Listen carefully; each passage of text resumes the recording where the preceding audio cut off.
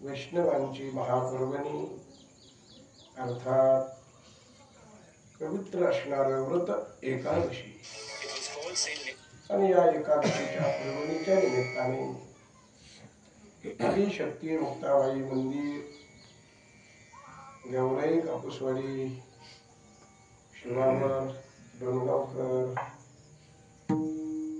पंचक्रोशीतील भाविक भक्त मंडळी या सर्वांच्या उपस्थितीमध्ये आपण प्रति महिन्याला इथे भगवंताचं स्मरण चिंतन कीर्तन करीत आलेलो आहोत।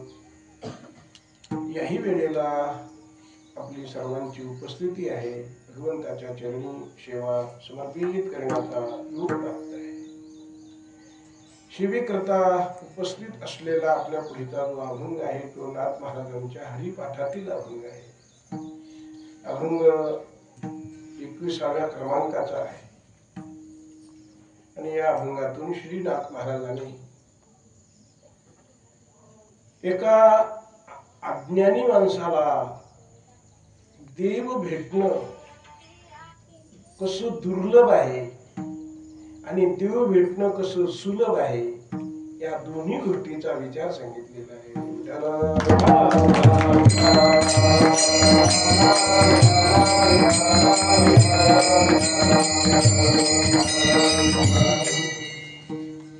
काही अज्ञानी माणसं असतात आणि देवा संबंधाने चर्चा करीत राहतात आणि देवाच्या संबंधाने चर्चा करता करता कोणत्यातरी माणसाशी त्यांची गाठ भेट होते आणि तोही माणूस त्याच्याच पद्धतीचा असतो, त्याच्याच विचाराचा असतो, त्याच्यासारखाच अज्ञानी राहतो आणि त्या अज्ञानाची गाठ पडल्यानंतर एक अज्ञानी थोडासा शास्त्राचा अभ्यास केलेला असतो आणि एक अज्ञानी थोडा शास्त्राचा अभ्यास न केलेला राहतो।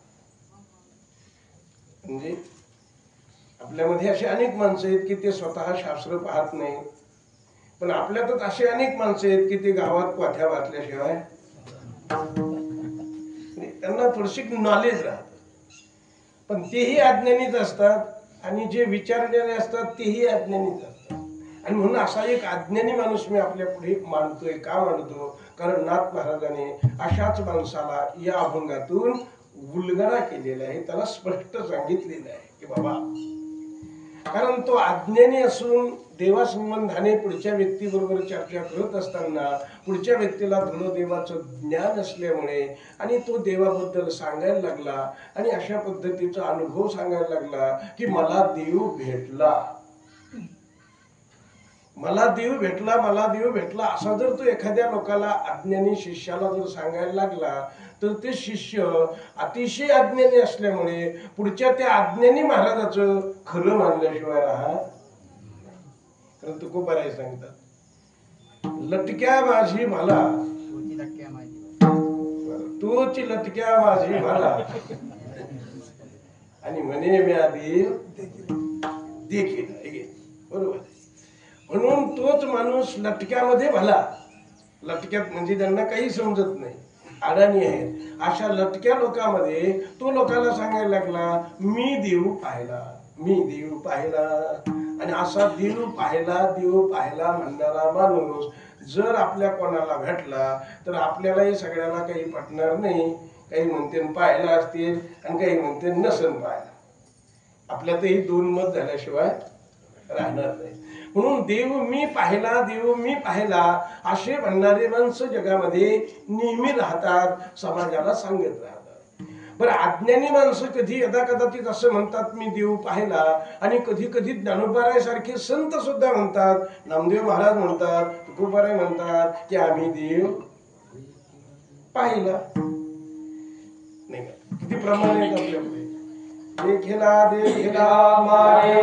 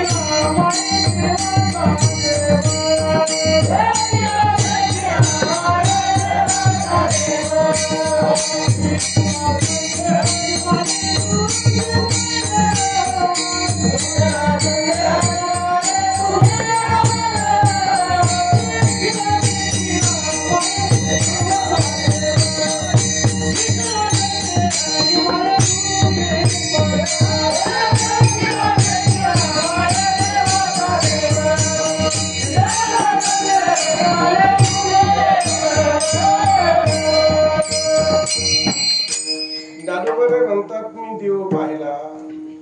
आणि एखादा अडाणी माणूस सुद्धा म्हणतो मी देव पाहिला. अडाणी माणसाला जर शंका असतील आणि अंतकरणामध्ये द्वैत असेल, जो म्हणतो मी देव पाहिला त्याच्या अंतकरणामध्ये जर शंका असतील म्हणजे संशय असेल आणि दुजेपणा असेल तर त्याच्या मी देव पाहिला या म्हणण्याला काही अर्थ राहत नाही. ज्ञानोबारायने सांगितलं मी देव पाहिला, त्याचं स्वरूप काय सांगितलं, फिटले संशय गेला आणि दुजेपण संपलं, शंका शिल्लक राहिली नाही आणि द्वैत शिल्लक राहिले नाही. म्हणून अशा प्रकारची अवस्था जर असेल तर त्याने देव पाहिला, आणि अशी अवस्था जर नसेल तर त्याने देव नाही पाहिला. म्हणजे माणसाच्या अंतकरणामध्ये, सामान्य माणसं अडाणी माणसाच्या अंतकरणात शंका जर असतील तर समजावं आणखी यांनी देव पाहिलेला नाही. हो, म्हणजे शंका म्हणजे काय, शंका म्हणजे देवत्वाच्या संबंधानेच नाही, आत्म्या संबंधाने शंका, जगा संबंधाने शंका, वेदा संबंधाने शंका, प्रमाणा संबंधाने शंका, आणि प्रमेय म्हणजे सिद्धांत, सिद्धांता संबंधाने शंका. या शंका फार महत्वाच्या आहेत. या शंका आपल्याला येतच नाही, त्याच्यामुळे आपण तिथपर्यंत अजून गेलेलो. पण जे कोणी म्हणत असतील आम्ही देव पाहिला, आम्ही देव पाहिला, तर त्याच्या जीवनामध्ये शंका असतील देवा संबंधाने की मी ब्रह्मरूप होतो की नाही, मी देवरूप होतो की नाही, असा जर संशय असेल तर महाराज म्हणतात त्याने देव पाहिला नाही. मागच्या अभंगातलं चरण आहे बरं का, शेवटचं मागचा अभंग जो आहे त्या मागच्या अभंगातलं शेवट असं नाथ महाराज सांगतात की जर मी तुम्हाला सांगतो की तुम्ही देवरूप व्हाल, देवरूप होऊ शकता, आणि देवरूप होण्याकरता तुम्ही बिलकुल शंका घ्यायची नाही. एखाद्या घ्यावा संशय आणि निश्चयशी हरिरूप. दृढ निश्चयाने तुम्ही विचार करा, मी तुम्हाला सांगतो तुम्ही नक्कीच देवरूप होऊ शकता. आता आपण इथे सगळी बसलेली माणसं आहेत, आपल्या सगळ्याला पटत का की आपण देवरूप होऊ म्हणून?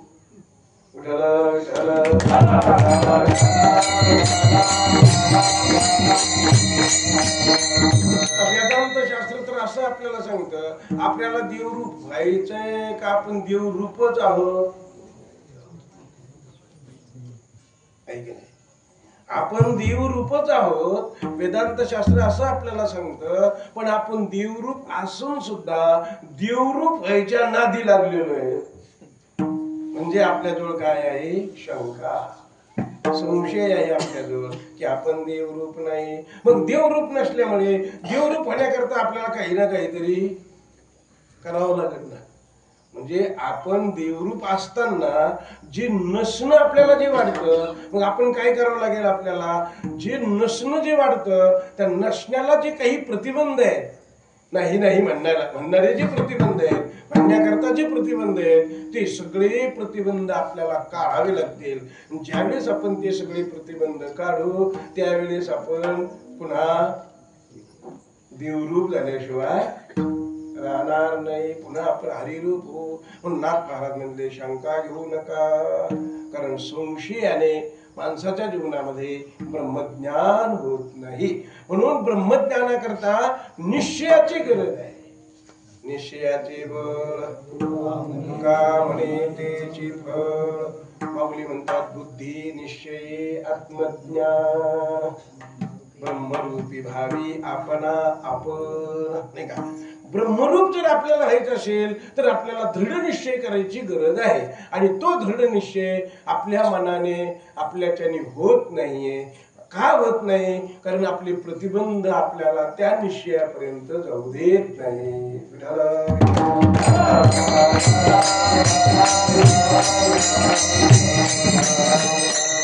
पण प्रतिबंध तिथपर्यंत न जाऊ दिल्यामुळे नाथ महाराजासारख्या महान सत्पुरुषाला एखादा व्यक्ती भेटला असा की महाराज मी देवरूप झालेलो आहे, मला देवाचं दर्शन झालेलं आहे. नाथ महाराजांनी त्याला सांगितलं ठीक आहे, देवाचं दर्शन होतं. नाथ महाराज देवदर्शन होत नाही असं म्हणणार आहेत का? नाही, देवदर्शन होतं असं म्हणणार आहेत नाथ महाराज असल्यामुळे. पण नाथ महाराजांनी सांगितलं हे बघ, थोडीशी कसोटी सांगतो बाबा तुला, तुझ्या जीवनामध्ये मला असं काही वाटत नाही की तुला देवदर्शन झालं असावं.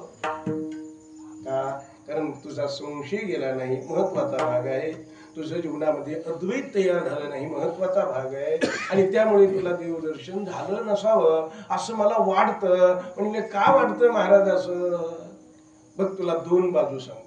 कारण देवदर्शन, देवाचं ज्ञान होणं सोपं नाही. त्याच्याकरता तुला पुराणातले, शास्त्रातले महत्वाचे काही विषय तुझ्या पुढे मांडतो. हे बघ म्हटले, चंद्र आणि सूर्य या पृथ्वीवर, या ब्रह्मांडामध्ये सारखं भ्रमण करीत राहतात.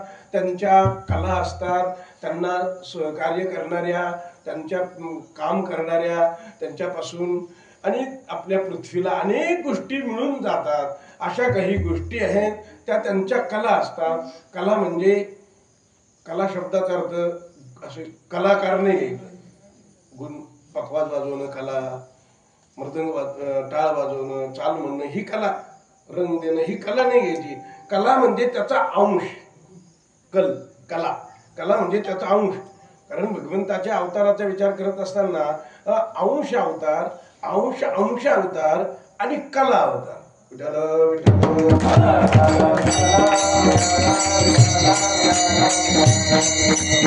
असे भगवंताच्या अवताराचे 6 प्रकार सांगितले. त्यामधला कला शब्द याच्याकरता मी आपल्या स्पष्टता करतो. कला म्हणजे बाह्य कला घेऊन द्यायच्या नाही. कला म्हणजे त्याचा विशेष रूपाने त्याचा अंश त्याच्याबरोबर असणं. तसं चंद्राबरोबर 12 कला आहेत, सूर्याबरोबर 16 कला आहेत. ह्या 12 आणि 16 कला भगवंताला जाणण्याकरता सारखं भ्रमण करतात, पण त्यांना त्या देवाचं ज्ञान झालं नाही आणि त्यांच्यामुळं त्यांचं भ्रमण थांबलं नाही. म्हणून 12-16 जणी हरीशी नेनती म्हणून फिरती रात्रंदिवस. अरे त्यांना मेळ लागला नाही, त्यांना देवाचं ज्ञान झालं नाही, तर तुझ्यासारखा गफोल शंख बोलका माणूस, मला ज्ञान झालं, मला देव भेटला असा म्हणणारा माणूस तू, मला असं वाटतंय तुला काही अजून ज्ञान झालं नसावं, असं आपण अनुमान करतो की नाही. अशा अनेक गोष्टीच्या व्यवहारात आपल्याला अनुमान करता येतं. एखादा माणूस जर कीर्तनला पैपई आला आणि पैशाच्या लई गप्पा आणायला लागला, बढाया कोटीचे व्यवहार येऊन व्यवहार कोटीचे, आणि कीर्तनाला येताना पैपई आला, त्याच्यावर पुढचा माणूस समजून घेतो याच्या नुसत्या गप्पा.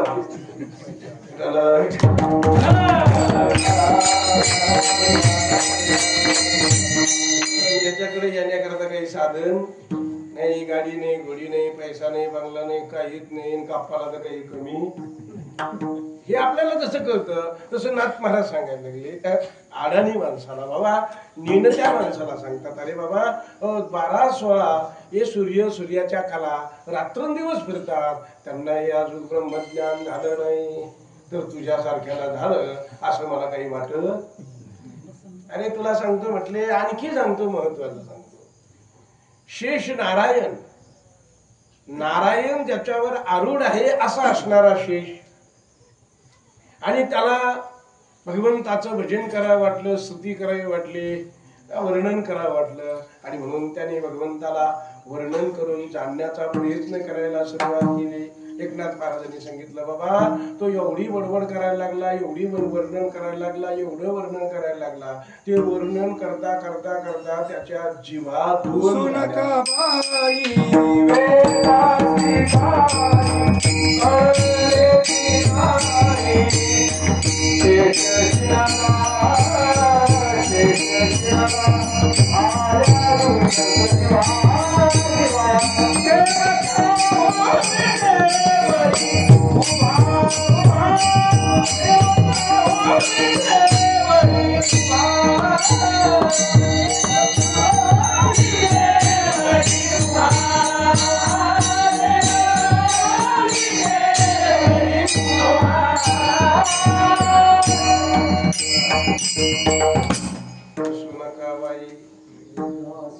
वेदाशी काही कळले शेष शिनला ढाल्यात विसहस्त्र जिव्हा जिव्हा अंदिव का हो विटेवरी. आपलं वर्णन काय चाललंय, देव जाणायला अवघड आहे. त्या शेषाला 1000 तोंड आहेत, 1000 तोंड, आणि एका 1000 तोंडामध्ये एक जीव असल्यामुळे किती जीवा झाल्या, 1000 जीवा.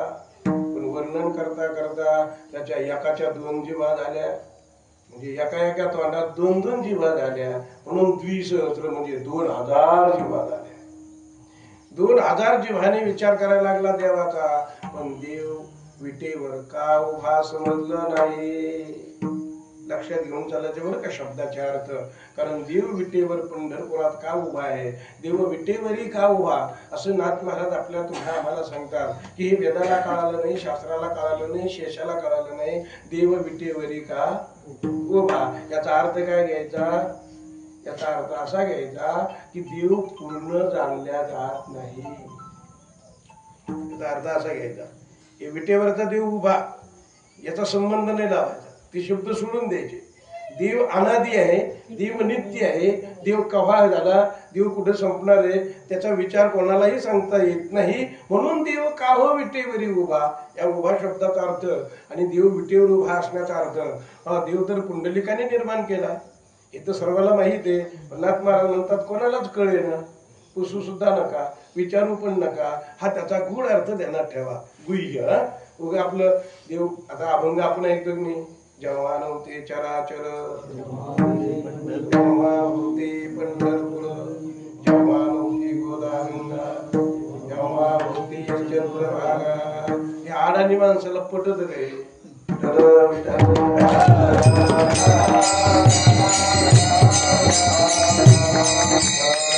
गोदावरी नव्हती, जग नव्हतं, मग चंद्रभागा कशी होती? कोणतंच गाव नव्हतं, पंढरपूरच कसं होतं? काहीच नव्हतं, तेव्हा देव कसा होता? त्याचा अर्थ ध्यानात ठेवा. हे वाच्यार्थ सोडून द्या. त्याचा वाच्यार्थ जर घेतला तर भांडणं करावं लागतील. कारण त्या अडाणी लोकांना काही समजत नाही आणि ते आपल्याला डोकं लावते. आणि तेव्हा पंढरपूर हे नव्हतं, ते नव्हतं, तेव्हा पंढरपूरच कसं काय होतं? अशी जर आपल्याला शंका विचारली तर त्या शंकेचं उत्तर असं द्यायचं, बाबा जेव्हा जग नव्हतं त्याच्या अगोदर देव होता, ब्रह्म देव. बरं का, त्याचा अर्थ विठ्ठल म्हणजे परब्रह्म आहे असाच अर्थ घ्यायचा. त्याच्या अगोदर परब्रह्म होतं, सगळं जग निर्माण झालं तरी ब्रह्म आहे आणि जगाचा नाश झाला तरी ब्रह्म आहे, असा अर्थ लोकांना सांगता आला पाहिजे. आपल्याला हे सगळं समजलं पाहिजे. आपल्याला समजलं की लोकांना समजून सांगता येतं. कारण ते तर लय आडणी राहते. ते म्हणते तेव्हा हे नव्हतं, तेव्हा ते होतच कसं, तेव्हा विठ्ठल मातीन हेन तीन कुठून आणलं ते. म्हणजे त्यांना हे सगळं बाह्य प्रपंच दिसत असतं, साधू संतांची दृष्टी ती नसते. म्हणून देव काहो विटेवरी उभा असं नाथ महाराज तिथे म्हणतात. आणि इथे म्हणतात ते जाणणं, त्या परमात्म्याला जाणणं, त्याचं दर्शन होणं. वेद शास्त्र शेष, शेषाला तो कळला नाही. अरे बाबा, शेषासारख्याला तो कळाला नाही तर तुझ्यासारख्याला केव्हा कळायचा? म्हणण्याचा भाव लक्षात आला नाही. अरे 12-16 जणी रात्रंदिवस त्याला जाणण्याकरता फिरतात, त्याला सापडला नाही. शेष रात्रंदिवस त्यांचं वर्णन करता करता थकला, पण थकून एक झालं, खूप वर्णन केलं आणि तो शांत झाला. नाथ महाराज म्हणले त्याला आनंद झाला.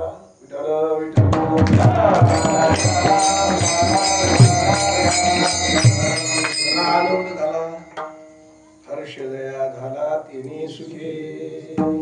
कोणत्या सुखाने आनंद झाला? देव कळला नाही त्या सुखाने का कळला त्या सुखाने? नाही कळल्यावर आनंद होतो का? मग या अभंगात महाराजांनी काय सांगितलं की तो सहस्त्रमुखाचा जो होता तो थकला, भागला, शांत झाला आणि शांत झाल्यावर त्याला आतूनच अनुभूती आली आणि मग त्याला हर्ष झाला. म्हणजे देवाचं दर्शन त्याला झालं.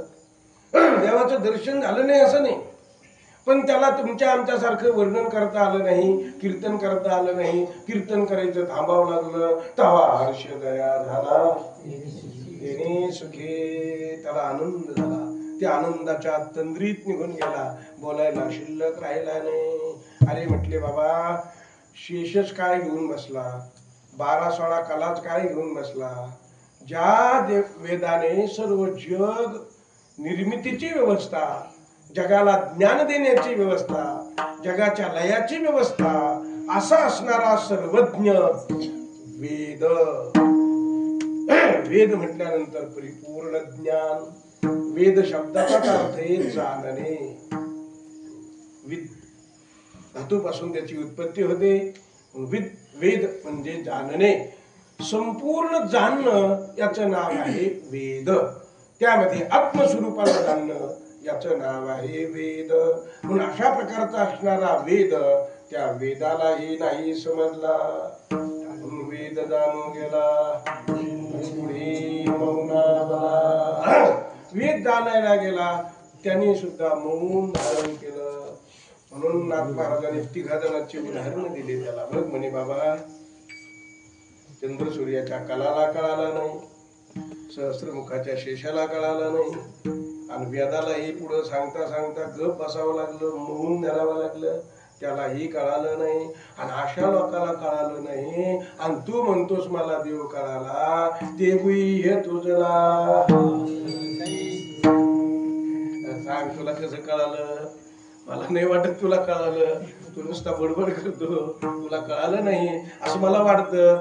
तुला कळालं तू असं म्हणतो, पण मला भरोसा बसत नाही. कारण का देव कळण्याकरता काही सामुग्री लागते.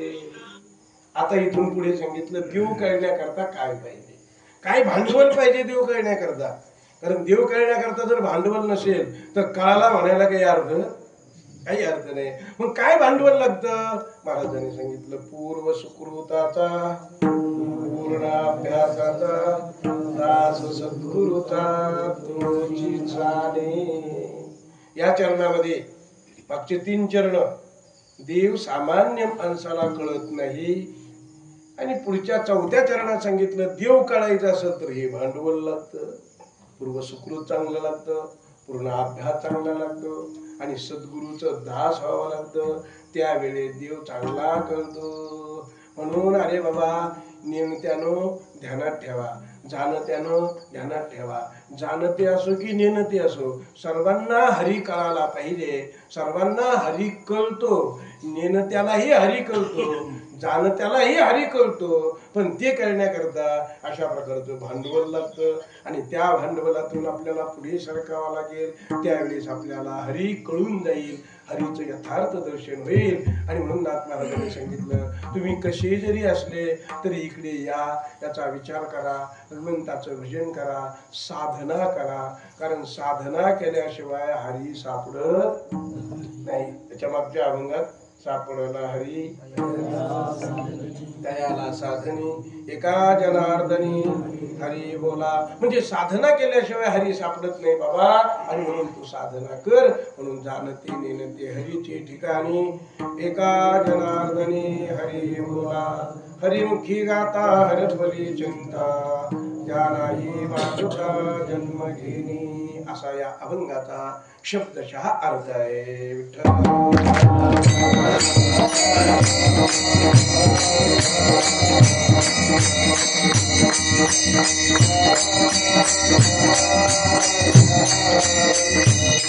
नाथमहाराजांनी पहिल्यानी न कळणाऱ्या माणसाची नावं घेतली.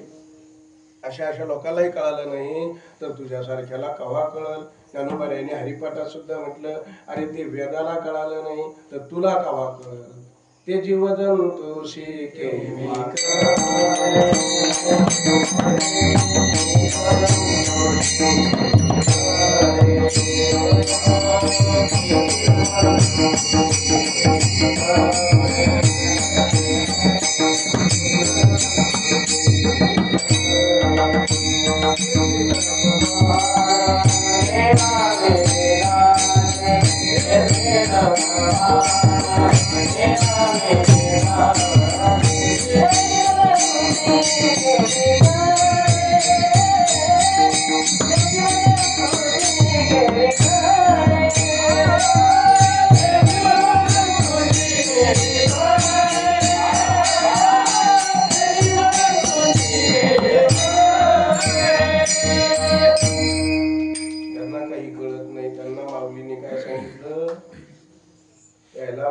शब्द त्याला पंडित ज्ञानी नाही द्याला.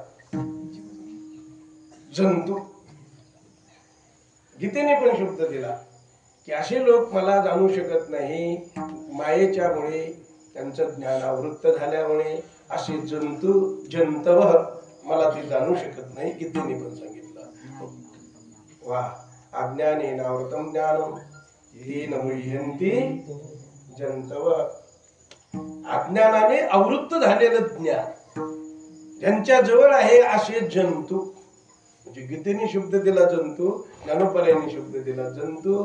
नाथ महाराज म्हणले ते तुला कवा कळायचं ते गुह्य ज्ञान.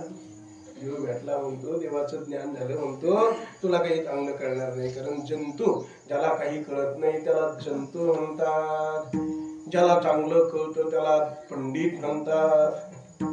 पंडित म्हणजे कळणारा माणूस, जाणता, अभ्यासू, सगळं कळतंय त्याला. पण अशा प्रकारचा कळणारा असतो त्याला पंडित म्हणतात. त्यालाच पंत म्हणतात. पंत जुना शब्द बरं का. एक जंत आणि दुसरा पंत. ज्याला कळतं, लोकांना सांगता येतं तर त्याला पंत म्हणावं. आणि ज्याला कळतं आणि अनुभवता येतं त्यांना संत म्हणावं, आहे की नाही? संत, पंत आणि जंत. विठ्ठल विठ्ठल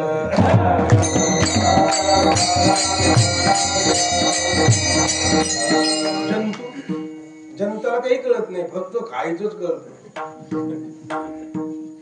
त्याला खायचं कळतं. बघा जंतू जेवढे बारीक असतात ना, त्या जंतूचं असं राहतं, सामान्य रूपाने त्यांचं तोंड बारीक राहतं आणि शरीर मोठं राहतं. ते खात राहतात, सातत्याने खात राहतात.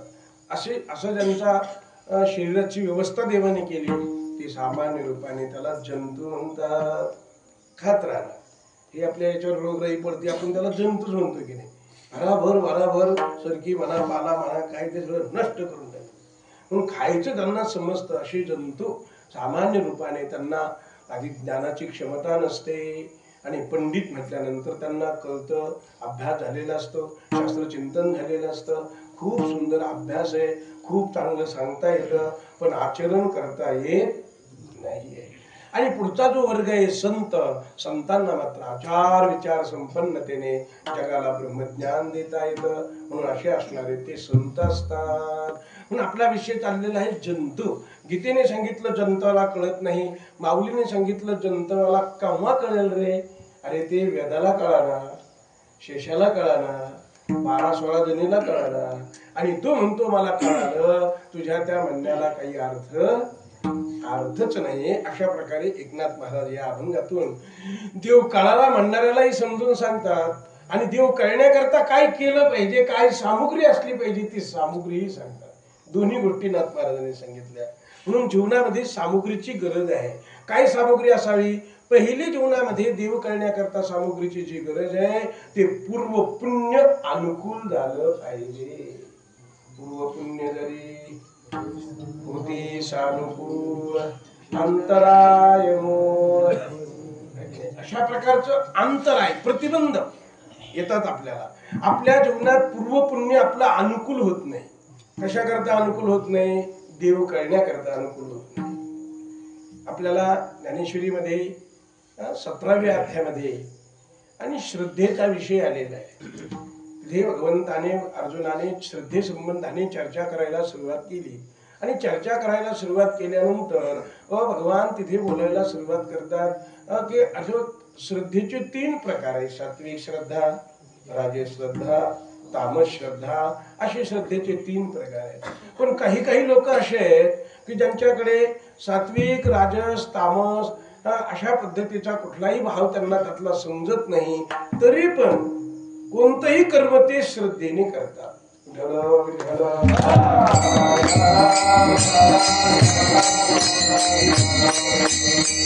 आणि मग ते श्रद्धेने करायला लागलेले जी माणसं असतात त्यांच्या जीवनामध्ये अनुकूलता प्राप्त होत नाही. काही गोष्टी ते करायला निघतात पण अनुकूलता प्राप्त होत नाही. उदाहरणार्थ त्यांना अभ्यास करायचा, समजा कीर्तनकार व्हायचं. ते कीर्तनकार व्हायचं जर असेल तर त्याच्याकरता त्यांना अनुकूलता काय पाहिजे? म्हणजे कीर्तनकार व्हायची तर त्याची भावना आहे, त्याची श्रद्धा आहे, मला कीर्तनकार व्हायचं. पण कीर्तनकार जर वाईट ठरलं त्याला तर ह्या गेवराई, कापूसवाडी, बालानगरात राहून जमन का? नाही जमणार. म्हणजे त्याच्या जीवनामध्ये पहिली देशाची आवश्यकता आहे. त्याला चांगला देश भेटला पाहिजे. चांगला देश म्हणजे वर्तमान काळात आळंदी घ्या, पंढरी घ्या, पैठण घ्या, काशी घ्या, हरिद्वार घ्या, हे जे काही जिथे अभ्यास करण्याचा देश आहे पहिला त्याला देश भेटला पाहिजे. जर देशाचाच अभाव असेल तर असा माणूस महाराज लोकांकडे दुसऱ्या माणसाकडे रडतो, म्हटले महाराज काय करता, आम्ही लयच आडले लयच लांब पडलो, म्हणजे महाराज आम्हाला आता काही करता येत नाही. आता काळ बदलला, आता काळ बदलल्यामुळे मोबाईलवर तुम्हाला अभ्यास करता येऊ शकतो. अभ्यास करता येऊ शकतो. आता तुम्ही पाठ कोणची बी ऐकू शकता मोबाईलवर आणि कोणाही महाराजाचे ऐकू शकता.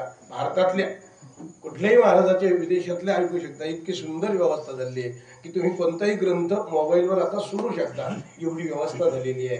पण महत्वाचा भाग असा आहे आपण त्या देशात नसल्यामुळे या देशात त्याचा काही मेळ बसत नाही.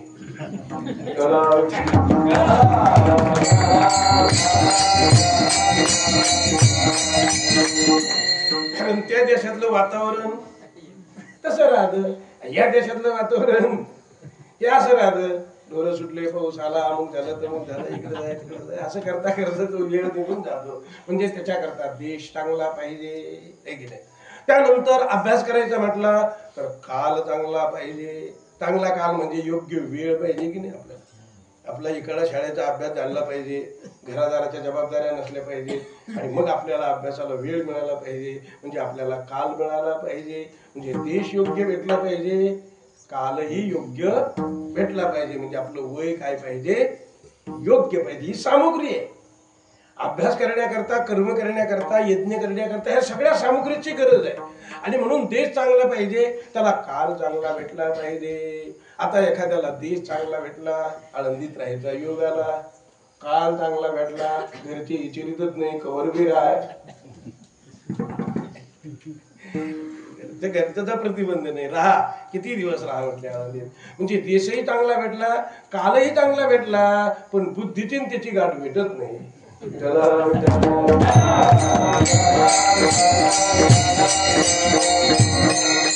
आता पुढे काय लागेल त्याला, बुद्धी लागेल ना. त्याला अभ्यास करण्याकरता बुद्धी लागते. बिगर बुद्धीचा माणूस असला तर मस्त पंक्ती घातून झोपा घेतो. हा तो आळंदीमध्ये म्हणे मी किती काही वर्ष झाली आळंदी, तशी आळंदी आता आपल्याला सोडायची येत नाही का, म्हणून गावाकडे काही येतच नाही का.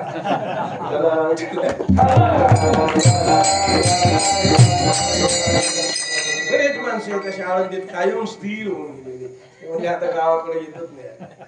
बरे म्हटले आळंदीत काय कमी पडलं, बुद्धी कमी पडली. बरं एखाद्याला बुद्धी चांगली आहे, आता त्याला गुरु चांगले भेटले पाहिजे की नाही.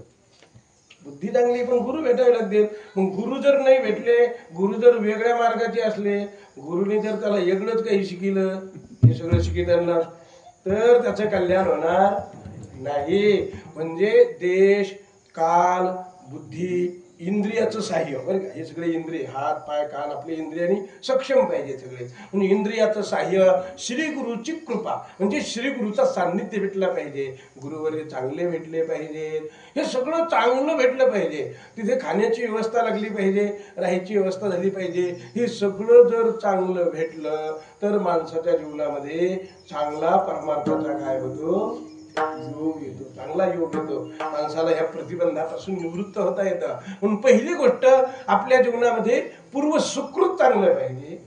दुसरी गोष्ट ते चांगलं घडून येण्याकरता त्या त्या कालामध्ये तसे तसे गुरु आणि तसे माणसं भेटले पाहिजे. म्हणजे पूर्व सुकृत पाहिजे आणि गुरुचा आशीर्वाद म्हणजे मार्गदर्शन पाहिजे. या दोन्ही गोष्टी जरी भेटल्या तरी या दोन्ही गोष्टी अंमलात आणण्याकरता अभ्यासाची गरज पाहिजे.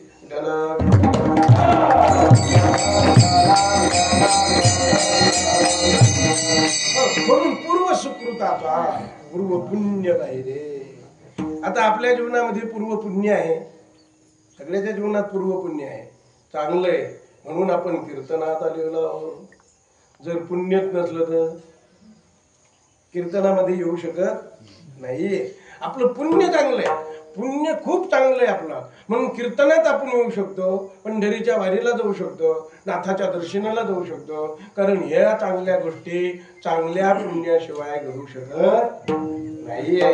कारण माणसाच्या जीवनात तीन गोष्टी असतात. काही माणसाच्या जीवनामध्ये पुण्य अधिक्य असतं, काही माणसाच्या जीवनामध्ये पाप अधिक्य असतं, काही माणसाच्या जीवनामध्ये दोन्ही असं मिश्र राहतं. बरं का, मिश्र पाप पुण्याची मिश्रता राहते, विशेष रूपाने राहते. म्हणून काही माणसाचं कधी कधी पुण्य उदयाला येतं, कधी कधी पाप उदयाला येतं, कधी कधी असं मिश्र उदयाला येतं. पुण्य उदयाला आलं की चांगल्या गोष्टी घडतात, पाप उदयाला आलं की वाईट गोष्टी घडतात. आणि मिश्र जर झालं तर त्याच्यात असं मिश्र होतं, पुन्हा घडीत चांगलं होतं, घडीत वांगलं होतं. म्हणजे अशा पद्धतीचे ते मिश्र कर्म.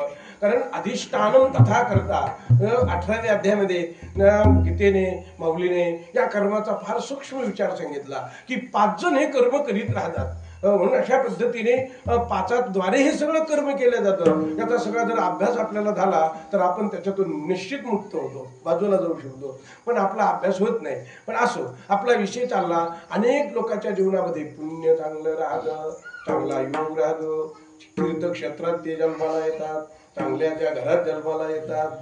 प्राप्य पुण्यकृता लोका, शित्वा शाश्वते समाहा. श्रीमंताच्या घरात जन्माला येतात, पुण्यवंताच्या घरात जन्माला येतात, साधू संतांच्या घरात जन्माला येतात. काय द्यायचं पुण्य आहे. काही लोक याला मानतात न मानतात तो प्रश्न त्यांचा आहे.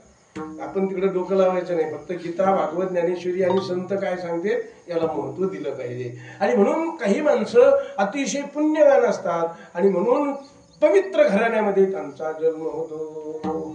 पवित्र घराण्यात अगदी सुंदर घर आहे की ज्यांच्या घराला पावनत्व आलेलं आहे, ज्यांचं नाव घेतल्यानंतर जगाला आनंद होतो, असे पवित्र संत आहेत. अशा संतांच्या घरात त्यांना जन्म मिळतो. पवित्र तो पावन तो देश जेथे हरीचे दास जन्मे. ऐक नाही मग संतांचे प्रमाण याला कोणी कुठेही जन्माला येतं का? येऊ शकत नाही. कोणी कुठेही येत असेल तर आपापल्या कर्माप्रमाणे येतं. म्हणून आपल्या जीवनामध्ये पूर्व पुण्याची खूप गरज आहे. हे सगळे लोक, सगळे संत सांगतात की आम्ही असे नाही जन्माला आलो बाबा, आम्ही खूप पुण्य केलेलं आहे. की नाही? जन्मोजन्मी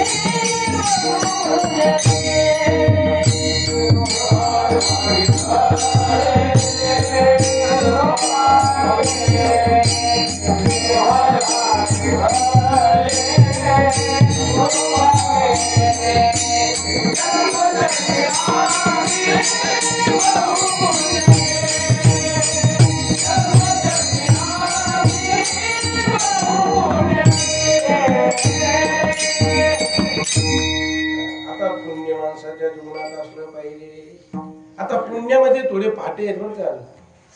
कारण पुण्यामध्ये काय आहे, काही लोकांच्या जीवनामध्ये पुण्य आहे पण ते अशुद्ध पुण्य आहे. अशुद्ध म्हणजे भेसळ. कोणतीही गोष्ट आपल्याला पुण्याने मिळते हे चांगलं ध्यानात ठेवा. कोणती बी गोष्ट. तुम्हाला जर गावात सरपंच होण्याचा योग आला तर काय समजावं? पुण्याचे. तुम्हाला जर आमदार व्हायचा योग आला तर काय समजावं? पुण्याचे. भारी गाडी मिळाली पुण्याचे. विमानाने फिरायला योग आला पुण्याचे. याला शास्त्र पुण्यच मानतं. पण एक ध्यानात ठेवायचं, हे जे पुण्य आहे हे पुण्य अशुद्ध आहे, मिश्र पुण्य आहे. आणि मिश्र पुण्य असल्यामुळे या पुण्याने भोग प्राप्त होतात. ज्या पुण्याने भोग प्राप्त होतात त्या पुण्याने देव प्राप्त होत नाही.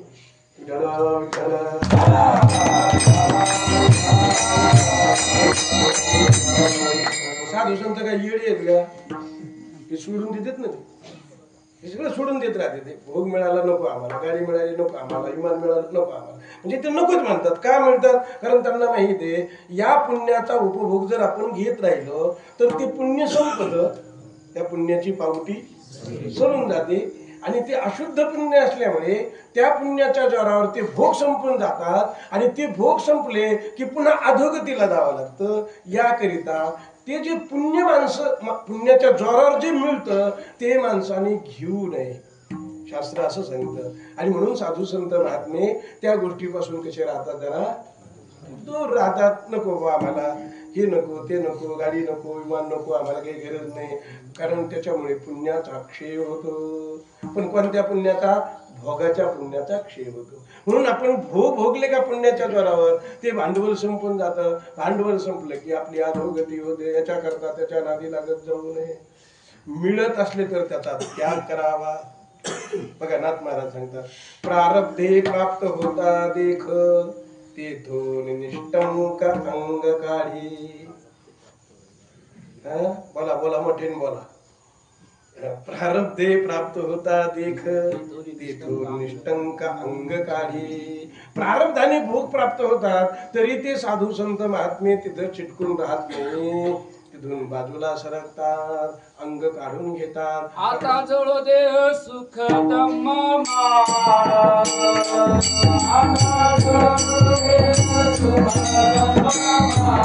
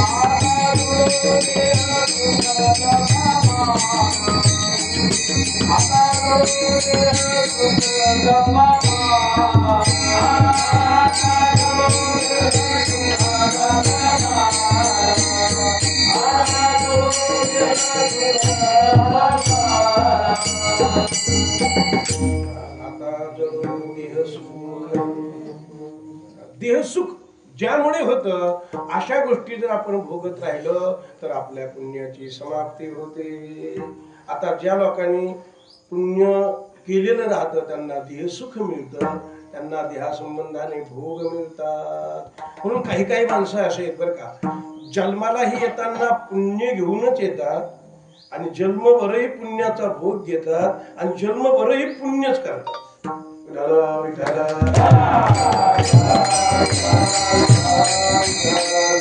एक चांगला वर्ग आहे बरं, हा वर्ग चांगला आहे की जन्माला पुण्याने यायचं, पुण्याचे भोग भोगीत राहायचं आणि पुढे करताना सुद्धा पुण्यच करायचं, म्हणजे त्या माणसाचं काम चांगलंच होतं, काही अडचण येणार नाही. काही माणसं जन्माला पुण्याने येतात, पुण्य घेऊन येतात, पण आल्यानंतर इथे मात्र पाप करीत राहतात, हिंसा अमुक तमुक काय करायचं ते करीत राहतात. मग त्या अशा पद्धतीने जन्माला पुण्य घेऊन आले पण पापानेच अशा प्रकारचे ते मरतात. काही मंडळी असे आहेत की जन्माला पाप घेऊन येतात, म्हणजे पापाने जन्म त्यांचा अधिक्याने पापाने जन्म घेऊन येतात आणि मात्र पुढे मात्र जन्मभर पुण्य करीत राहतात. हा वर्ग पण चांगला आहे. मागून पाप होतं त्याचं पाप फेडून टाकायचं आणि पुण्य बनवीत राहायचं. आणि काही काही जीव असे पापाने जन्माला येतात, पापातच राहतात, पाप करीतच राहतात आणि पाप करीतच मरतात. विठ्ठला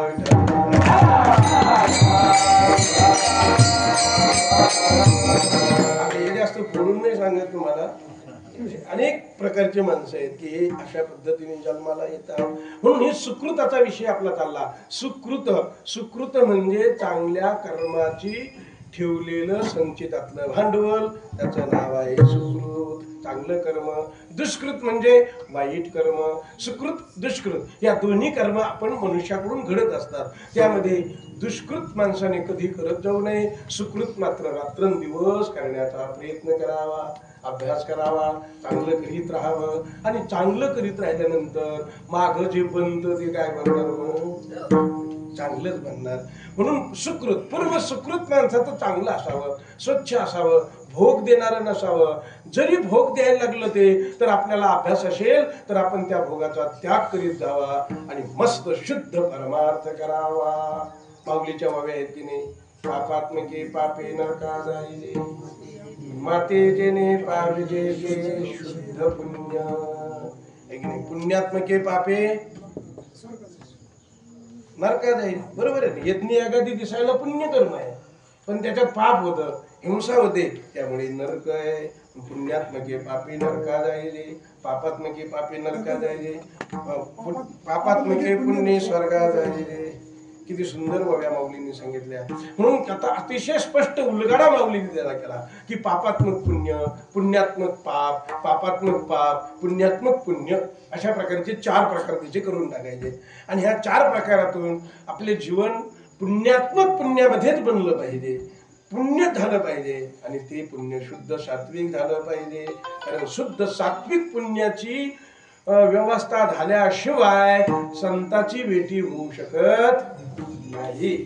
गोवी तुमच्या पाठी नाथ महाराजाची निष्कामता निजदृष्टी अनंत पुण्य कोट्यान कोटी रोकड्या लाभते पाठोवाटी तय होय भेटी हरिप्रियाची। या हरिप्रियाची, हरीला जे प्रिय आहेत अशा साधू संतांची भेटी होण्याकरता पुण्य लागतं। म्हणून तुकोबारायांनी सांगितलं, माझ्या जीवनामध्ये पुण्य फळले बहुता दिसा भाग्य उदयाचा कसा झालो सन्मुख तो कैसा सुंदर चरणी पावलो। म्हणून संतांची भेटी येण्याकरता पुण्य लागतं, पुण्य। काही लोक म्हणतील का महाराज तुम्ही आपले सांगता, साधू संतांनी सांगून ठेवलं पण आम्हाला पटत नाही, आम्हाला संत भेटायला काहीच अडचण नाही, इथून निघालो पैठणला जायचं, नाथ महाराजाच्या समाधीवर डोकं ठेवून यायचं, झाली संतांची भेट, आहे की नाही? बरोबर आहे की नाही?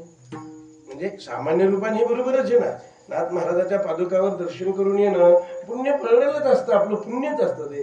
पण आणखी एक लक्षात ठेवा, आपल्या जीवनामध्ये आपल्याला ओरिजिनल आणि शरीरधारी संत संत रूपाने भेटणं अवघड आहे।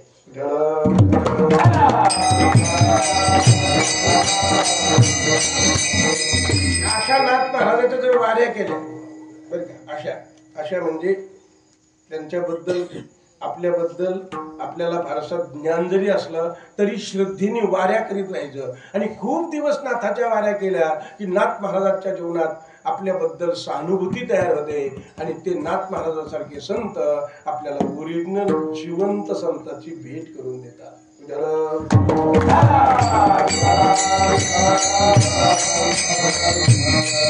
म्हणून चांगल्या माणसाची भेटी लवकर आपल्याला होत नाही, संतांची भेटी अवघड याच्यामुळे सांगितली।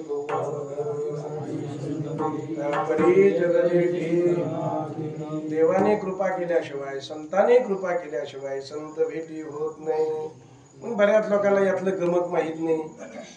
आता आपण एवढी कीर्तन ऐकतो, साधू संतांच्या भेटी घेतो, आळंदी पंढरीच्या वारी करतो, एखाद्या माणसाला जर आपण विचारावं अरे बाबा तुम्हाला खरंच खऱ्या संतांची भेट झाली का, बऱ्याच लोकांचा विश्वासच बसत, कारण ते कोणालाच संत मानायला तयार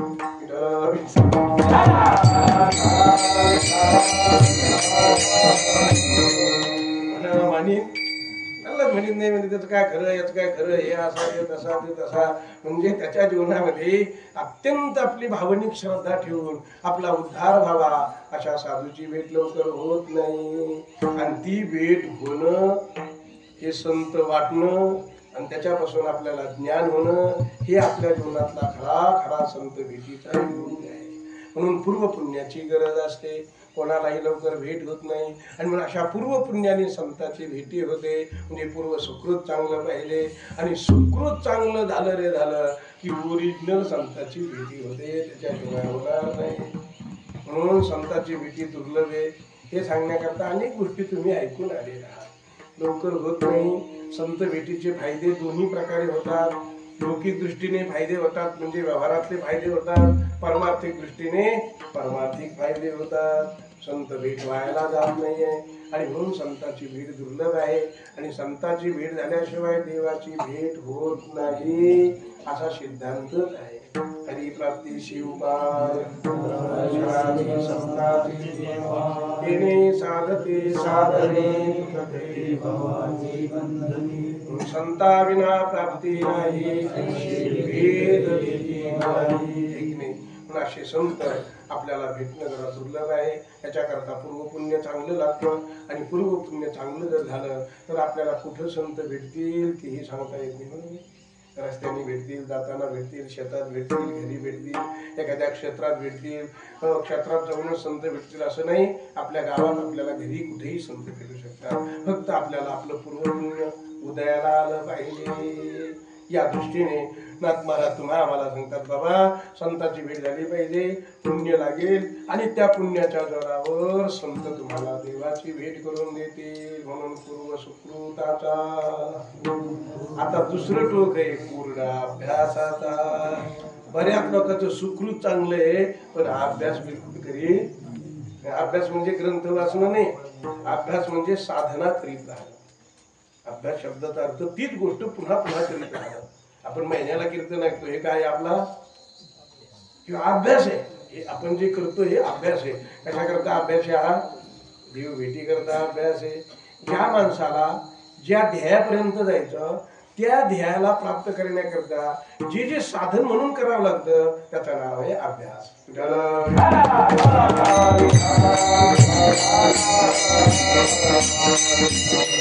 शाळेच्या मुलाचा अभ्यास कोणता? परीक्षा पास होण्याचा अभ्यास. एखादा माणूस सुतारी काम शिकत असेल त्याचा अभ्यास कोणता? ते काम बारकाव्याने करणं ते त्याचा अभ्यास. टेलर काम शिकत असेल तो त्याचा अभ्यास. मृदंग शिकत असेल तो त्याचा अभ्यास. गायन शिकत असेल तो त्याचा अभ्यास. आपण शेती करीत असाल शेती मुलांना शिकवणं करणं हे त्याचा अभ्यास. तसं आपण हे सगळं करतो हे कशा करता? देव भेटी करता करतो. देव भेटी जर करता जर करीत असेल तर हा आपला काय झाला? अभ्यास झाला. ही साधना आहे. आपण कीर्तनाला येतो म्हणजे साधना करीत राहतो. देवाबद्दल चर्चा करीत राहतो. संताबद्दल चर्चा करतो आणि त्या अभ्यासाची निबळे एकागती अंतराळे व्याघ्र सर्प प्रांजाळे केले एकी विषकी आहारी पडे समुद्री पाय वाट जोडे एकी वाट ब्रह्म ठोकरे अभ्यासे केले. म्हणून अभ्यासाने काय होणार नाही? असाध्य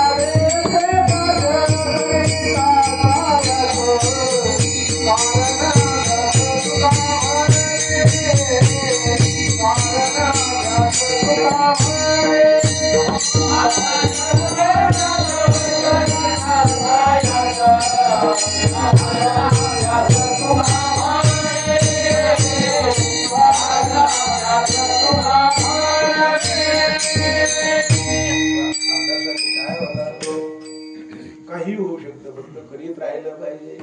हळूहळू करीत राहिलं पाहिजे. केल्यानेच काय होतं. म्हणून अभ्यास फार महत्वाचा आहे.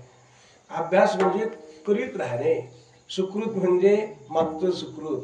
मागच्या सुकृताचं सहकार्य असावं. वर्तमान काळात अभ्यास असावा. आणि तिसरी गोष्ट सद्गुरूची आपल्यावर काय व्हावी? कृपा व्हावी. आता बऱ्याच लोकांचं सुकृत चांगलं राहतं पण अभ्यास करीत नाही. किती सुंदर सुकृत राहतं. आता एखाद्या गावात सप्ताह चालू राहतो. सप्ताह चालू असल्यामुळे गावामध्ये आणि कीर्तन राहतात दररोज. आणि कीर्तन म्हटल्यानंतर गावात कीर्तन हे लाऊडस्पीकर हे बसायची सोय हे सगळी सोय.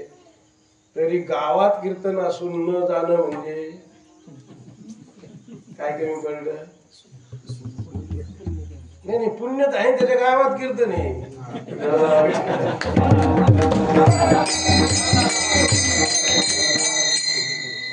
अभ्यास कमी पडला. अभ्यास कमी पडला. ती करण्याची प्रवृत्ती नाही राहिली. पुन्हा तिथे झालं नाही वाटलं. नाही तर चांगला योग चालून आला गावात. महाराज आणला लोकांनी गावकऱ्यांनी. खूप मोठा महाराज आणला. पण हे मात्र त्याचं पुण्य कमी पडलं. सुकृत कमी पडलं. सुकृत तसं तिथं अनुकूल होतं म्हणजे तिथे करायला त्याला अडचण नव्हती. पण काय कमी पडलं? अभ्यास कमी पडला. अभ्यास आहे की नाही? म्हणजे सुकृत म्हणजे दैव आणि अभ्यास म्हणजे प्रयत्न. दोन शब्दाचा अर्थ त्यांना द्या. सुकृत म्हणजे आपलं दैव आणि अभ्यास म्हणजे प्रयत्न. आपण इथे आलो प्रयत्न करून आलो. पण या प्रयत्नाला कोणी सुरुवात करून दिली? या प्रयत्नाला म्हणजे अभ्यासाला सुरुवात कोणी करायला लावली आपल्याला? कीर्तनाला जाच म्हणून कोणी सांगितलं? आपल्या दैवाने. कोणी सांगितलं? दैव. चांगलं दैव होतं आपलं. आज कीर्तन आहे. आज एकादशी आपल्या दैवात आहे. आपल्या दैवाने सुरुवात करून दिली. त्याचं बीज दैवात आहे आणि प्रयत्नाने त्याची वाढ करायची. प्रयत्न काय करतो? वाढायला काम करतो. इथं कीर्तन आहे. माहीत असूनही जर नाही आला तर काय कमी पडलं? प्रयत्न कमी पडला. म्हणून चांगलं काम जर असेल तर प्रयत्न करून काय करावं?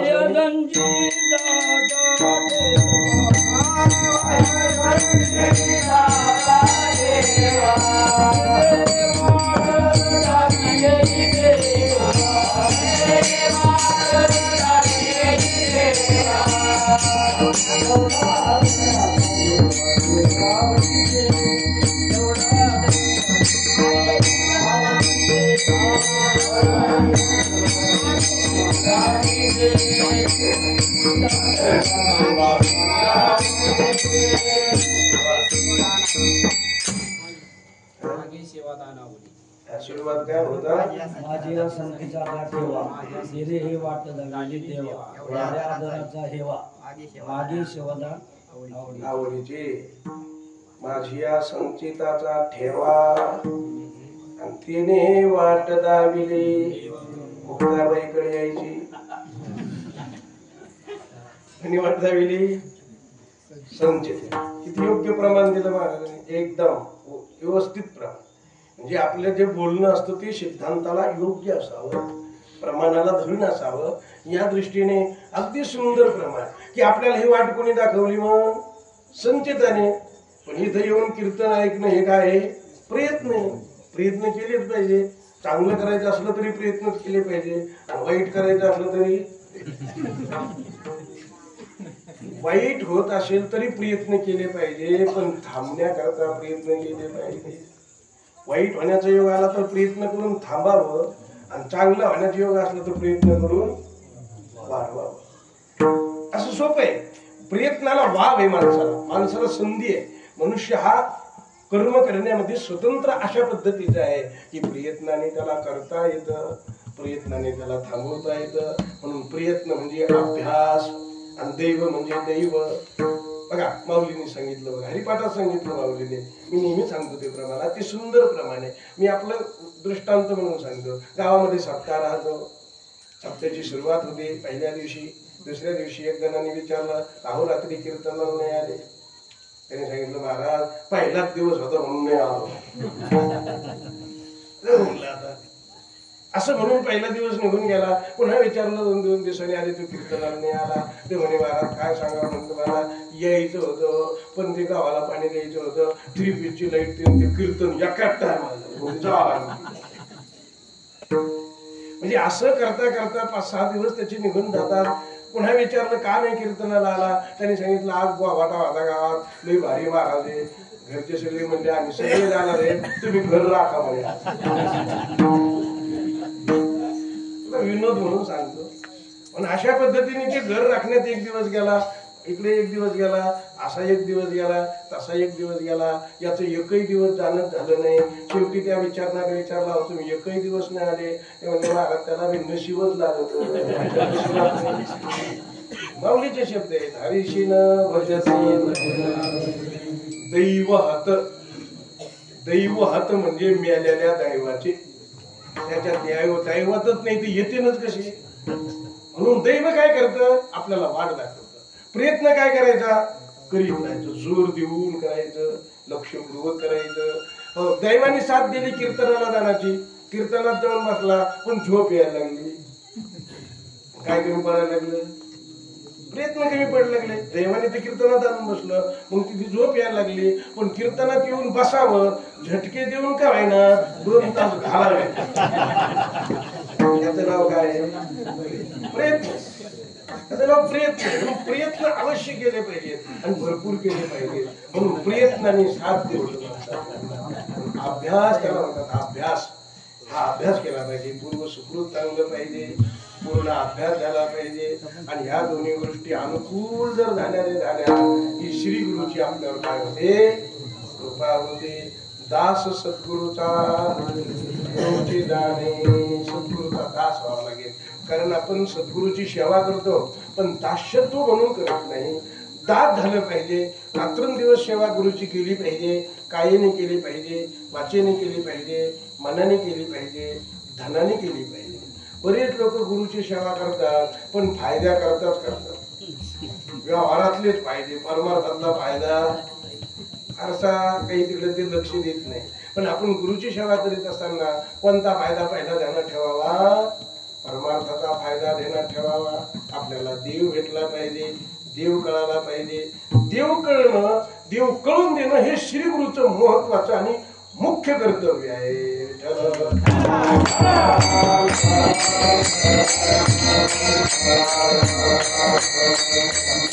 नाथ महाराजांनी सांगितलं, रे देव पाहणारा असं जर तू म्हणत असतील मी देव पाहिला, तर एवढं भांडवल तुझ्याकडे असला तर तो देव पाहिला. पूर्ण सुकृताचा पूर्णाभ्यासाचा दास सद्गुरूचा अनुभूती जाणे. एवढं भांडवल असेल तर तू ब्रह्माला जाणू शकतो, नसता तू जाणू शकत नाही. तूच काय घेऊन बसला. पहिल्या चरणात सांगता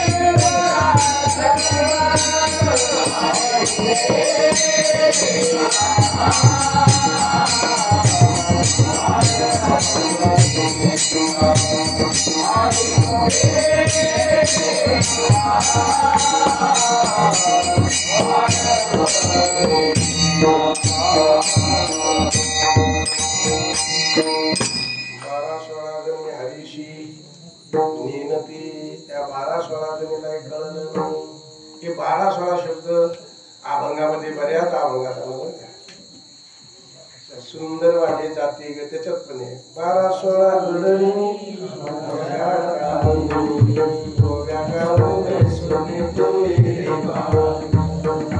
खेड्यामध्ये 12 हे 16 अनेक ठिकाणी शब्द आहे तो 12-16 म्हणून अनेक वेळा आला. म्हणून असा जो शब्द आहे त्या 12 शब्दाचा अर्थ 12 आदित्य पण कुठे कुठे घेतल्या जातात.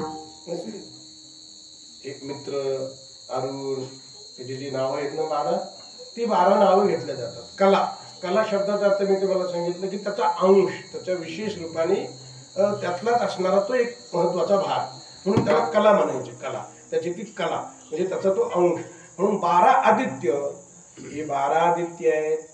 निर्गुण निराकार परब्रह्माचा विचार करायला गेले पण त्या विचार करता करता करता करता त्यांना विचार काही पूर्ण झाला नाही आणि म्हणून त्याचं फिरणं काही बंद झालं नाही असं त्यातला अर्थ आहे. चंद्र आहे चंद्राकडे कला आहेत म्हणून चंद्राच्या कला हे शब्द आहेत वेगळे वेगळे नाव आहेत त्यांना. ज्योत्स्ना म्हणजे चंद्रच आहे पण चंद्रापासून आल्हाददायक वातावरण ज्या दिवशी होतं त्याला ज्योत्स्ना म्हणतात. मग ती एक त्याची कला आहे. हे चंद्र अमृत वर्ष करतो अमृत ही एक त्याची कला सांगितली म्हणून अमृत वर्षा करतो. त्याच्यामुळे वृक्ष वल्ली वनस्पती धनधान्य हे सगळं पुष्ट होतं म्हणजे त्या कलेने होतं. म्हणजे चंद्राचे असे जेवढ्या कला आहेत त्याच्याकडं त्या एका एका अंशाने एक एक काम होतं म्हणून त्याला ती कला म्हटली. तसं सूर्याचं पण तसंच आहे. 12 नावं आहेत किंवा 16 त्याच्याकडे कला आहेत. 16 कला आहेत म्हणजे 16 काम करण्याच्या क्षमता आहे. 16 प्रकारे तो काम करू शकतो सूर्य आणि चंद्र सुद्धा 12 प्रकारे काम करू शकतो. म्हणून 12 आणि 16 या ज्या भगवंताच्या अर्थात या चंद्र सूर्याकडे भांडवल आहे त्याच्याद्वारे ती जगाची पुष्टी करतात, जगाला आनंद देतात, जगाला सुख देतात, आल्हाद देतात, अमृत देतात, अनेक गोष्टी जगाला ते देत राहतात. तसा सूर्य सुद्धा जगाला किती गोष्टी देतो, खूप काही देऊन चालतो. सूर्य उदय होतो म्हणून दररोज सगळ्या क्रिया माणसं करतात. उष्णता देतो, थंडीपासून निवारण करतो, या पृथ्वीवरचं पाणी शोषण करतो, समुद्राचं वर घेऊन जातो, पुन्हा आपल्याला पाणी देतो, वनस्पतीला ऊर्जा देतो. ही सगळी ऊर्जा सौर आता आपण पाहतो अनेक प्रकारच्या ऊर्जा सूर्यापासून आपल्या मिळाल्या. लाईट प्रकाश मिळून राहिला सौर ऊर्जेपासून मिळतं. अशा जे काही त्याच्या कला आहेत म्हणजे त्याच्या अंशापासून होणारे जे जे काम आहेत पण शास्त्राने मुख्यत्वे करून 12 आणि 16 दोघांकरता सांगितलेले आहेत.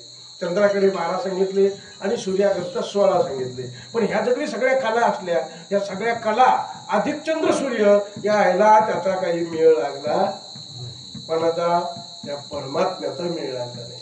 म्हणून फिरते रात्रंदिवस, म्हणून ते रात्रंदिवस फिरत राहतात. काम त्यांचं चालू आहे. परमात्मा नाही कळाला. म्हणून अशा पद्धतीने परमात्मा त्यांनाही नाही कळाला. मग 2 नंबरला नाव घेतलं शेष. चांगला बोलका आहे, त्याच्याकडे तोंडबळ भरपूर आहे. शेषाकडे तोंडबळ भरपूर आहे असं माऊलीने ज्ञानेश्वरी सुद्धा वर्णन केलं. वा बोलके अति. जान्हवीच्या बाबतीमध्ये वेदासारखं कोणी नाही आणि बोलण्याच्या बाबतीमध्ये शेषासारखा समर्थ कोणी नाही.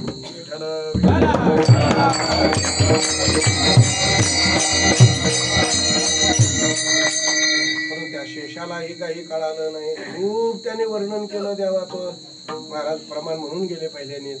खूप वर्णन करता करता वर्णन करून तो भागला, थकला, थांबला. पण मजा अशी आहे, त्याला कळाल्यानंतर आतूनच आनंदाच्या उर्म्या तयार झाल्या. कळाल्यामुळे बरं का.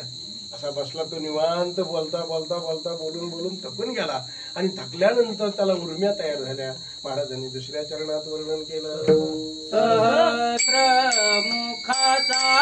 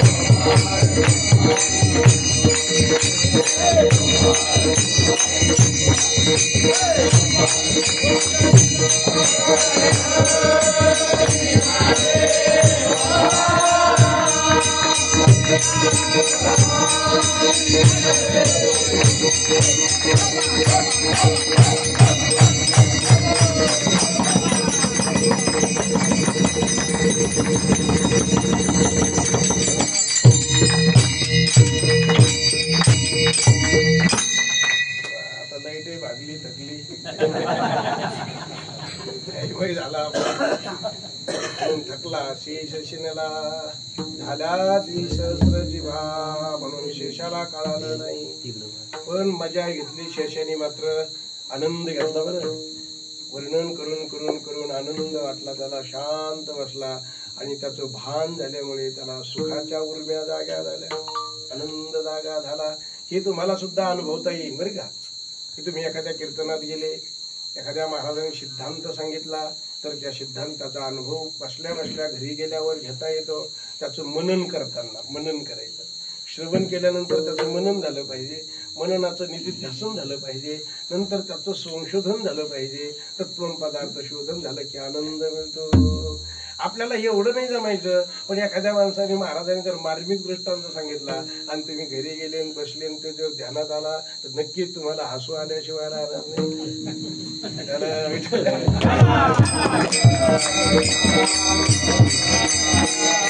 दृष्टांत ध्यानात आला की हसू नक्कीच येणार. तुम्हाला येतं की नाही काय माहित, पण मला येतं कधी. आपण बसलो निवांत एखाद्या महाराजाचा मार्मिक दृष्टांत राहतो, असा भारी राहतो मस्त, ते मनाला असं हे करून जातो म्हणून आपल्याला आनंद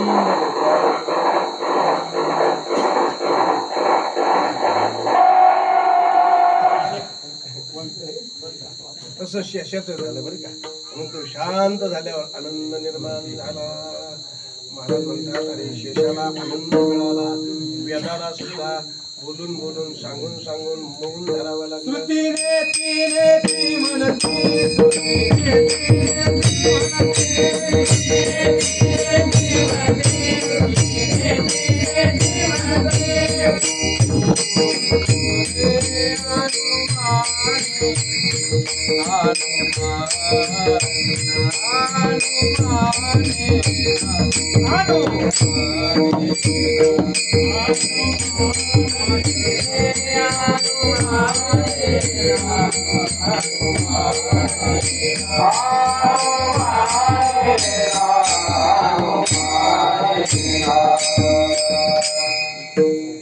सगुण होती सगुण म्हणावं का निर्गुण म्हणावं काही कळे ना मला. अनुमान प्रमाण काम करेना आणि काहीच काम आहे. त्यामुळे आम्हाला तो कळत नाही. वेदाला कळाला, शास्त्राला कळाला, आणि म्हणून वेद सुद्धा बोलून बोलून सांगून सांगून सांगून मौनावला, शांत. म्हणून वेद दानो गेला, वेद तिथं मौनाला, शेष तिथं थांबला. 12-16 जणीला कळालं नाही आणि तू म्हणतो मला कळाला. अभंगाचा शब्द येत ना, वेद दानो गेला पुढे मौन मौनावला आणि ते कुई हे तुझा. सांग बरं कसं काय तुला प्राप्त आहे. तू म्हणतोस पण मला काही पटत नाही. पटण्याकरता तुझ्याकडे भांडवल दिसत नाही. तू गुरुची सेवा करीत नाही, अभ्यास करीत नाही, पूर्व सुकृत तुझा अनुकूल दिसत नाही. आणि देव जाणला म्हणतो, देव समजला म्हणतो. ठीक आहे, मला मान्य आहे बाबा, जाणते नेमते सगळे हरीच्या ठिकाणी जातात, जुनच येतात, हरीच त्यांना गोड करून घेतो.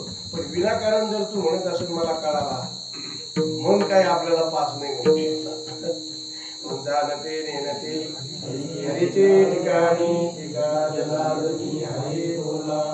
याचा अर्थ असा आहे, जाणते म्हणजे मी परब्रह्म आहे, मी देव आहे, मी देव पाहिला असा म्हणणारा. नेनते म्हणजे देवाबद्दल मला काही माहित नाही, अर्थात अज्ञान.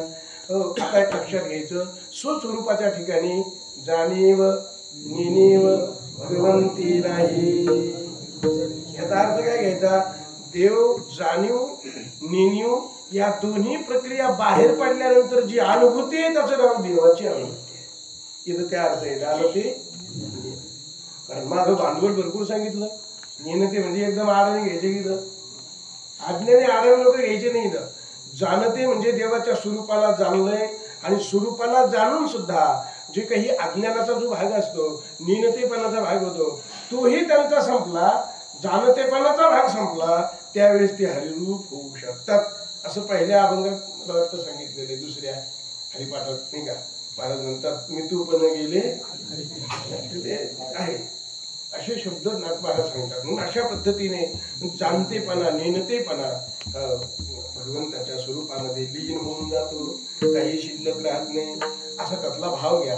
कारण एकदम आडाने बाळा भावे किती घ्यायचं नाही. कारण भांडवल सांगितलं याच अभंगात, पूर्व सुकृताचा अभ्यासाचा दास सद्गुरूचा तोची जाणे.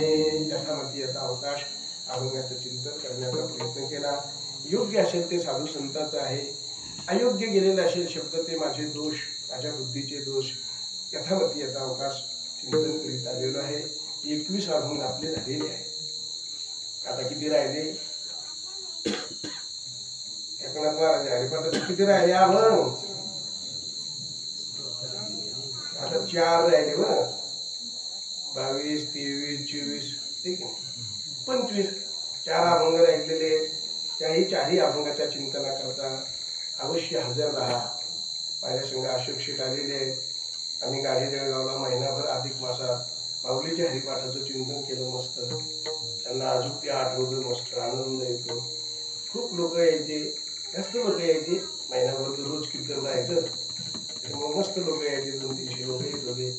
अन्नदान वगैरे महिनाभर सापडा, महिनाभर कीर्तन रोज. ज्ञानेश्वरी गाथा भागवत पारायण होते. माऊलीच्या हरिपाठाचं चिंतन केलं. याही वेळेला इथे आदिशक्ती मुक्ताईच्या प्रेरणेने पुन्हा आम्हाला प्रेरणा झाली. सगळेजण आपण एकत्रित आलो. म्हणजे प्रवीण दादा, म्हणजे पंडित महाराज, हे सर्वच उभा राहिलेले अतिशय सुंदर माणसं आहेत. गायक आहेत, वादक आहेत, वारकरी आहेत, परमार्थ कळालेले आहेत म्हणून ते येते. परमार्थ कळालेला आहे म्हणून परमार्थिक माणसं अवश्य येतात. म्हणून या परमार्थाचा मुरलेला परमार्थ असला तर आपण सगळे एकत्रित येऊ शकतो आणि भगवंताचं भजन कीर्तन नामस्मरण करू शकतो. या दृष्टीने आपल्या सर्वांचं सहकार्य आहे. सगळे गायक वादक भजनी मंडळी हजर राहतात. आता काय 4 कीर्तन राहिले आपल्या, आहे की नाही? हरिपाठाचा विषय केला तर 4 राहिले, पुढे होत राहतील कीर्तन. मुक्ताबाई करून घेईल. तुमचं आमचं प्रेम असावं, प्रयत्न असावे. म्हणून आता पुढची वारी दिवाळीची येईल, आहे की नाही? दसरा वारी शुद्ध राहील. आणि दिवाळीची द्वादशी, 12 द्वादश वाणीच्या आदल्या दिवशी एकादशी राहते. म्हणजे ती अश्विन वारी होईल. अश्विन वारीत एक अभंग होऊन जाईल.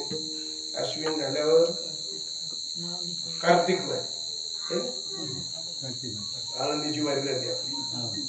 कार्तिक वारी म्हणजे आळंदीत जाते. त्यानंतर पुढे मार्गशीर्ष वारी, आणि मार्गशीर्ष पौष आणि माघ, नाही का? ती कशी माघ वारीला वगैरे आपली समाप्ती होईल हरिपाठाच्या कीर्तनाची. शेवटच्या अभंगाला मोठा भंडारा करण्याचा प्रयत्न करू, नाही की? हे मी याच्याकरता सांगितलं. कोणती वारी बसन तो मोठा भंडारा झाला पाहिजे, समाप्तीला हरिपाठाचं चिंतन समाप्ती म्हणून एक आपण भंडारा ठेवू. शेवटच्या अभंगाचं मी कीर्तन करू, पुन्हा एखादा मोठा महाराज बोलू, आहे की? त्या दिवशी 2 कीर्तन ठेवू. द्वादशीला भंडारा राहील ना, एकादशीचे कीर्तन होईल, द्वादशीला भंडारा मोठा करता येईल. आपल्या परिसरातून भरपूर मंडळी जेवली पाहिजेत, अन्नदान होईल, अशी एक भावना मुक्ताबाईच्या कृपेने मला स्फुरण झाली. म्हणून बोललो आपल्या पुढं, त्याला कसं करून घ्यायचं तसं करेन, अशी एक भावना पडून गेलो. ती माघवारी होईल, नाही तर फाल्गुनवारी होईल. फाल्गुनवारी असले तर आपला सप्ताह बी राहत होता. समाप्ती जर त्या फाल्गुनवारी झाली, माघवारी झाली, अगोदर जर आली, तर अशा पद्धतीने हरिपाठाच्या चिंतनाची सांगता करू. तदनंतर पुढे आणखी भगवंताची सेवा करीत राहणं हे तर आपल्या जीवनातलं कर्तव्यच आहे. तुझी सेवा करी म्हणून या दृष्टीने समस्त या परिसरातील भाविक भक्त मंडळी, अनेक गावचे मंडळी आहेत, कोणाचं नाव घेण्याची गरज नाही. अनेक गावातील मंडळी, टाळकरी, भजनी आमचे मोठ्या आतुरतेने हजर होतात, श्रद्धेने येतात, टायमाच्या अगोदर येतात.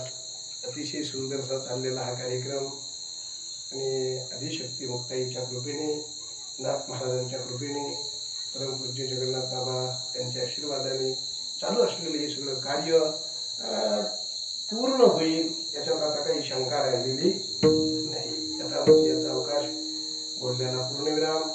ज्ञानोबराय तुकोबरायचे रचन करू. 2 मिनिटात चाल होईल. कीर्तन सेवेला पूर्णविराम. ज्ञानेश्वर